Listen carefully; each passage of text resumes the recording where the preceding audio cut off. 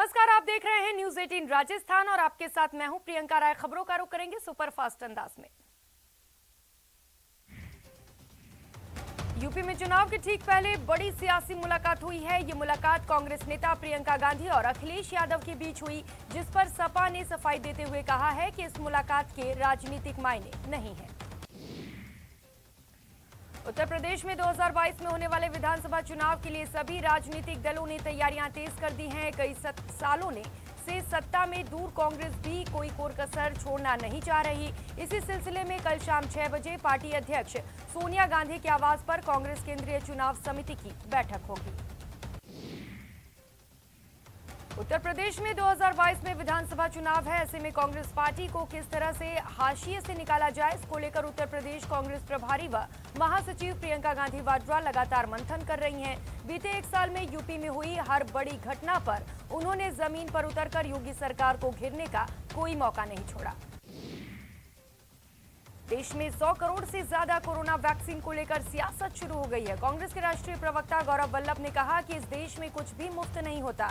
ये करदाताओं का पैसा है। करदाताओं का पैसा करदाताओं पर ही खर्च हो रहा है।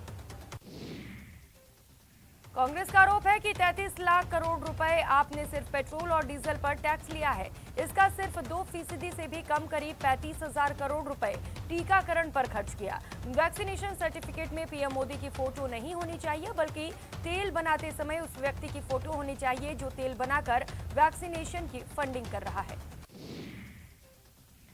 बिहार में महागठबंधन टूट गया है। कांग्रेस ने ऐलान किया कि 2024 के आम चुनाव में वे किसी भी सहयोगी के साथ गठबंधन नहीं करेगी और सभी 40 सीटों पर अकेले चुनाव लड़ेगी। मुंबई क्रूज ड्रग्स मामले में गिरफ्तार आर्यन खान के साथ व्हाट्सएप चैट सामने आने के बाद नारकोटिक्स कंट्रोल ब्यूरो की तरफ से अनन्या पांडे से दूसरे दिन भी एनसीबी कार्यालय में पूछताछ जारी है। अनन्या ने ड्रग्स लेने और इसकी सप्लाई से इनकार किया है। ड्रग्स केस में चंकी पांडे की बेटी अनन्या पांडे को आर्यन खान के साथ चैट के आधार पर समन किया गया है। चैट में ये आरोप लगाया जा रहा है कि अनन्या पांडे से जुड़ी बातें कर रही थी। आरोप ये भी है कि आर्यन उस चैट में गांजा अरेंज करने की भी बात कर रहे थे। राष्ट्रीय जांच एजेंसी ने कश्मीर घाटी के 4 जिलों में कई स्थानों पर छापेमारी की, जिसमें सुरक्षा बलों के साथ मुठभेड़ में मारे गए कई आतंकवादियों के आवास भी शामिल हैं। ये छापेमारी जम्मू कश्मीर और अन्य प्रमुख शहरों में प्रतिबंधित आतंकवादी संगठनों लश्कर-ए-तैयबा, जैश-ए-मोहम्मद, हिजबुल मुजाहिदीन अल बद्र के कैडरों के हिंसक आतंकवादी कृत्यों को अंजाम देने और साजिश रचने के संबंध में की गई है। देश की आर्थिक राजधानी मुंबई में लालबाग इलाके की 60 मंजिला इमारत में भीषण आग लग गई। आग इतनी भीषण है कि ये 17 मंजिल से 25 मंजिल तक फैल गई है। दूर से ही धुएं का गुबार देखा जा रहा है। इमारत में लगी आग पर काबू पाने का प्रयास लगातार जारी है। वहीं अच्छी बात यह है कि इमारत में फंसे लोगों को बाहर निकाल लिया गया है। आग लगने की घटना के बीच एक वीडियो सामने आया, जिसमें एक शख्स बालकनी से तकरीबन 10 मिनट तक लटका रहा। इसके बाद उसका हाथ छूट गया और उसकी इमारत से गिरकर मौत हो गई। जिस शख्स की मौत हुई है वो इमारत का सिक्योरिटी इंचार्ज बताया जा रहा था। बताया जा रहा है कि इस इमारत का फायर सिस्टम 2 साल से बंद था, लेकिन सोसाइटी ने इस बारे में बीएमसी को कोई जानकारी नहीं दी थी। पीएम नरेंद्र मोदी ने आज देश को संबोधित किया। उन्होंने कोरोना के खिलाफ जंग में 100 करोड़ वैक्सीनेशन डोज का आंकड़ा पार करने पर देश को बधाई दी। कोरोना काल के 19 महीने में ये उनका 10वां संबोधन था। दिवाली से पहले दिए 20 मिनट के संबोधन में पीएम का फोकस कोरोना वैक्सीन के 100 करोड़ डोज पूरे होने और महामारी से निपटने के तरीकों पर रहा। पीएम ने कहा कि इस लक्ष्य को पूरा करने में देश के 130 करोड़ लोगों का योगदान है। उन्होंने कहा कि ये भारत की नई तस्वीर है जो अपने संकल्पों की सिद्धि के लिए परिश्रम की पराकाष्ठा करता है। प्रधानमंत्री ने कहा कि भारत के इस प्रयास की दुनिया भर में सराहना हो रही है। उन्होंने कहा, जब भारत में सदी की सबसे बड़ी महामारी आई तो भांति भांति के सवाल थे, लेकिन आज ये 100 करोड़ वैक्सीन डोज सबके जवाब दे रहा है। पीएम ने कहा कि कोरोना महामारी की शुरुआत में ये भी आशंकाएं व्यक्त की जा रही थी कि भारत जैसे देश में इस महामारी से लड़ना मुश्किल होगा, लेकिन भारत ने मुफ्त वैक्सीनेशन का अभियान शुरू किया और बिना भेदभाव के ये अभियान सफल हुआ।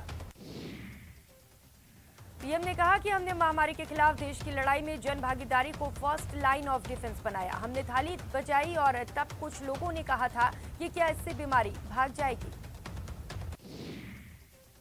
मोदी ने कहा कि भारत का पूरा वैक्सीनेशन प्रोग्राम वैज्ञानिक आधार पर जन्मा है और पनपा है और वैज्ञानिक आधार पर चारों दिशा में पहुंचा है। हमारा पूरा वैक्सीनेशन प्रोग्राम साइंस बाउंस और साइंस बेस्ड रहा है। मोदी बोले कि दिवाली के दौरान बिक्री की एक तरफ और बिक्री साल की बिक्री एक तरफ होती है। त्योहारों के समय बिक्री एकदम बढ़ जाती है। हमारे रेहड़ी पटरी वाले भाइयों के लिए आशा की एक किरण बनकर आई है। पीएम ने आखिर में कहा कि कवच कितना भी बड़ा और सुरक्षित हो, तब तक युद्ध चल रहा हो, हथियार नहीं डालना चाहिए। हमें त्योहार सतर्कता से ही मनाना है। कहीं भी जाएं तो मास्क लगाकर जाना है। देश में कोरोना वैक्सीनेशन का आंकड़ा 100 करोड़ के पार होने के उपलक्ष्य में सूरत में एक रेस्टोरेंट मालिक ने 100 प्लेट लोचा लोगों को मुफ्त बांटा। जम्मू कश्मीर के पुंछ जिले में मेंढर के भीमबर गली में इलाके में सुरक्षा बलों ने एक युवक को हिरासत में लिया। ये युवक सैन्य स्थल और आतंकी मुठभेड़ की कवरेज के लिए पहुंचे मीडिया कर्मियों के वाहनों की तस्वीर ले रहा था।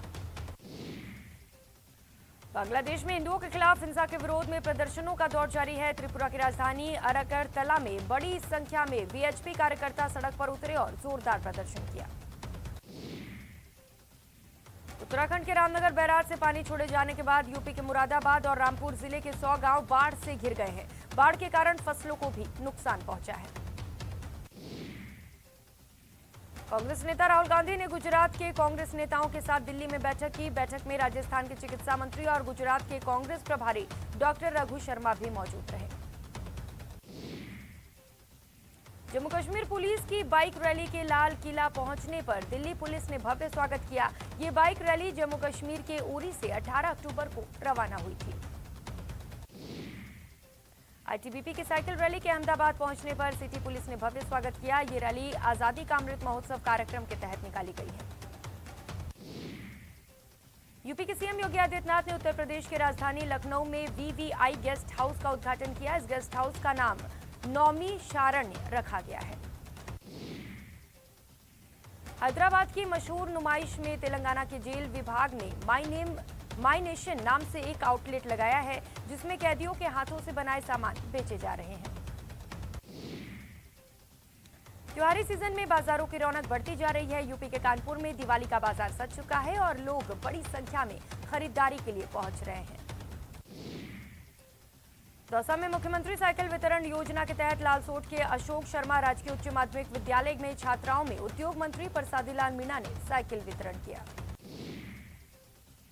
प्रतापगढ़ के धरियावद विधानसभा उपचुनाव को लेकर स्टार प्रचारकों की सभाओं का दौर जारी है। इसी कड़ी में बीजेपी की ओर से लसाडिया में केंद्रीय मंत्री अर्जुन मुंडा ने सभा को संबोधित कर बीजेपी को समर्थन में वोट की अपील की। अलवर जिले में पंचायत चुनाव के दूसरे चरण के लिए 6 पंचायत समितियों में मतदान करवाने के लिए पोलिंग पार्टियां बाबू शोभाराम कला कॉलेज से रवाना की गई। बांसवाड़ा जिला कलेक्टर अंकित कुमार सिंह शुक्रवार को प्रशासन शहरों संग अभियान की समीक्षा करने के लिए नगर परिषद के शिविर पहुंचे। इस दौरान उन्हें पट्टा वितरण को लेकर लापरवाही मिली तो हाथों हाथ उन्होंने अधिकारियों को फटकार लगाई।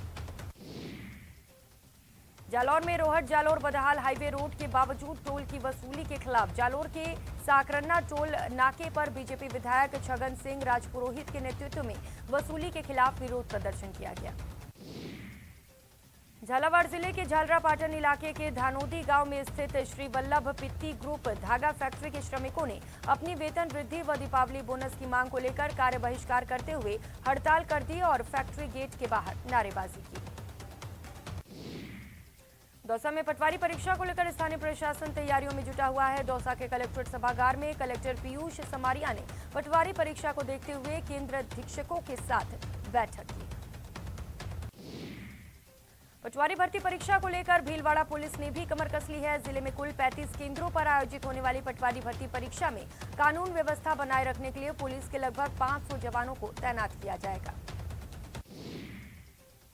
करौली के हिंडौन क्षेत्र में लगातार बढ़ रही मौसमी बीमारियों और डेंगू के चलते जिला अस्पताल में मरीजों की संख्या में लगातार इजाफा हो रहा है। हालात ये है कि अस्पताल में एक बेड पर 2 से 3 मरीजों का इलाज चल रहा है। अलवर शहर के नयाबाज क्षेत्र के अंतर्गत देवयानी हॉस्पिटल के पास से शराब का ठेका हटाने की मांग को लेकर लगातार दूसरे दिन भी महिलाओं का विरोध जारी रहा। राजसमंद जिले के गलवा में चल रही 4 दिवसीय जिला स्तरीय हॉकी खेलकूद प्रतियोगिता संपन्न हो गई। आज खेले गए फाइनल मुकाबले में 17 वर्षीय छात्रा वर्ग में गलवा बनाम जीतावास के बीच हुआ, जिसमें जीतावास 3-0 से विजयी रहा। झालावाड़ जिले में भी दीपावली के त्यौहार को देखते हुए जिले भर में मिलावटी खाद्य पदार्थों के खिलाफ कार्रवाई शुरू हो गई है। इसी कड़ी में शुद्ध के लिए युद्ध अभियान में स्वास्थ्य विभाग की टीम जिले भर में खाद्य पदार्थों के नमूने ले रही है। चित्तौड़गढ़ जिले में भी अस्थायी तौर पर यूटीवी योजना के अंतर्गत कोरोना में सेवाएं देने के लिए 24 नर्सिंग कर्मियों ने आवेदन किया था और लगभग 1 साल तक सेवा की। अब अनुबंध समाप्त होने के बाद इन्हें नौकरी से निकाल दिया गया। पोखरण के राजकीय उच्च माध्यमिक विद्यालय में नवनिर्मित जल मंदिर का कैबिनेट मंत्री सालेह मोहम्मद ने लोकार्पण किया। शिक्षक स्वर्गीय अमर सिंह चौहान की स्मृति में जल मंदिर का निर्माण करवाया गया। भरतपुर की जीवनदायिनी सुजान गंगा नहर के दिन बहरने वाले हैं। यूडीएच मंत्री शांति धारीवाल के दौरे के बाद नगर निगम महापौर अभिजीत कुमार ने प्रयास रंग ला रहे हैं। सुजान गंगा नगर में अब सफाई कार्य शुरू करा दिया गया है। सफाई के लिए अजमेर में क्लीनिंग मशीन मंगवाई गई है। इस नहर को पर्यटन स्थल के रूप में विकसित करने की कोशिश की जा रही है। डेंगू से जूझ रहे जैसलमेर जिले में 70 मेडिकल स्टाफ को रिलीव कर दिया गया है, जिससे जिले की स्वास्थ्य सेवाओं को बड़ा झटका लगा है। राजसमंद जिले में भी डेंगू तेजी से पैर पसार रहा है। जिले में अब तक 58 मरीज मिले हैं, जिसके बाद चिकित्सा विभाग ने विशेष टीमें बनाकर डोर टू डोर सर्वे शुरू कर दिया है। पटवारी भर्ती परीक्षा को लेकर भीलवाड़ा रोडवेज प्रशासन ने भी तैयारियां पूरी कर ली हैं। भीलवाड़ा डिपो की ओर से 23 और 24 अक्टूबर को आयोजित होने वाली पटवारी परीक्षा के लिए सभी 105 बसें संचालित की जाएंगी। देश के 26 राज्य खेल संघों का प्रतिनिधित्व करने वाले AFEI ने दिल्ली में एक राष्ट्रीय शिखर सम्मेलन का आयोजन किया, जिसमें खेल के दिग्गजों, स्पोर्ट प्रतिभा और प्रमुख राज्यों के प्रतिनिधियों को साथ में लाया गया। संभागीय आयुक्त कैलाश चंद्र मीना ने कोटा कलेक्ट्रेट वीसी केंद्र में संभाग में चल रही योजनाओं की समीक्षा की। वीसी में संभाग के सभी जिलों के कलेक्टर सहित 21 विभागों के अधिकारियों ने हिस्सा लिया।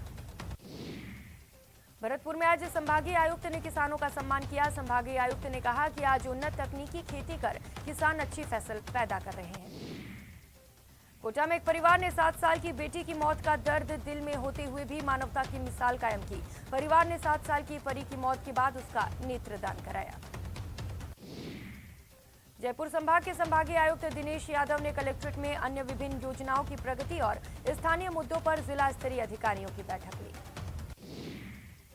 इंदिरा गांधी शहरी क्रेडिट कार्ड योजना में झुंझुनू ने राजस्थान में सबसे बेहतर कार्य किया है।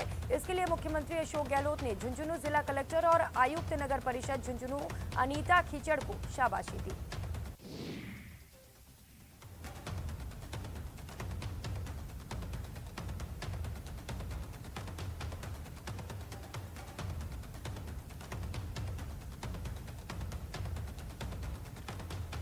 राजसमंद में आयोजित राज क्लब प्रीमियर लीग 6 क्रिकेट प्रतियोगिता का फाइनल मुकाबला जीतकर धोइंदा की टीम ने ट्रॉफी पर कब्जा जमा लिया।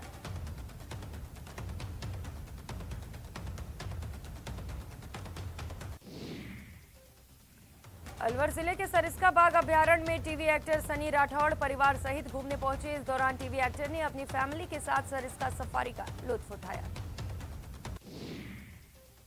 रोडवेज कर्मचारियों के चक्का जाम को देखते हुए JCTSL पर रेस्मा लागू कर दिया गया है। इसको लेकर गृह विभाग ने अधिसूचना जारी कर दी। भरतपुर में खाद पर संग्राम जारी है। DAP नहीं मिलने से नाराज किसानों ने आज सड़क पर जाम लगा दिया और प्रदर्शन किया।